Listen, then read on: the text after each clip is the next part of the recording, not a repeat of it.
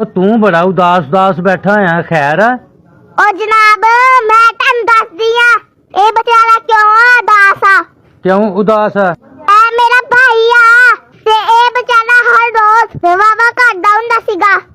अच्छा केड़ियां दुआवां करदा सी? ए दुआवां ए करदा सी या अल्लाह पाक मैं अपने वास्ते कुछ नहीं मंगदा, बस एक सोनी सुनक्की खूबसूरत ते नेक मेरी मां दी रूह एक बाहू दे ते ओ दुआ ए बेचारे दी कबूल हो गई। ओए फिर बेचारा कादा रहा जे दुआ कबूल हो गई ते ओए इनू ते अल्लाह दा शुक्र करना चाहिदा, इहदी अल्लाह पाक ने दुआ कबूल कर लई। ਉਹ ਤੇ बड़ा खुशकिस्मत इंसान ਹੁੰਦਾ ਜਿਹਦੀ अल्लाह पाक दुआ कबूल करदा वा। ओ जनाब अगली गल ते सुन लवो। ਉਹ ਕਿਹੜੀ ਗੱਲ? ओ दुआ अल्लाह बंदे दी जरूर कबूल करदा वा, पर साडी साडे एरो तो जेड़ा छोटा ना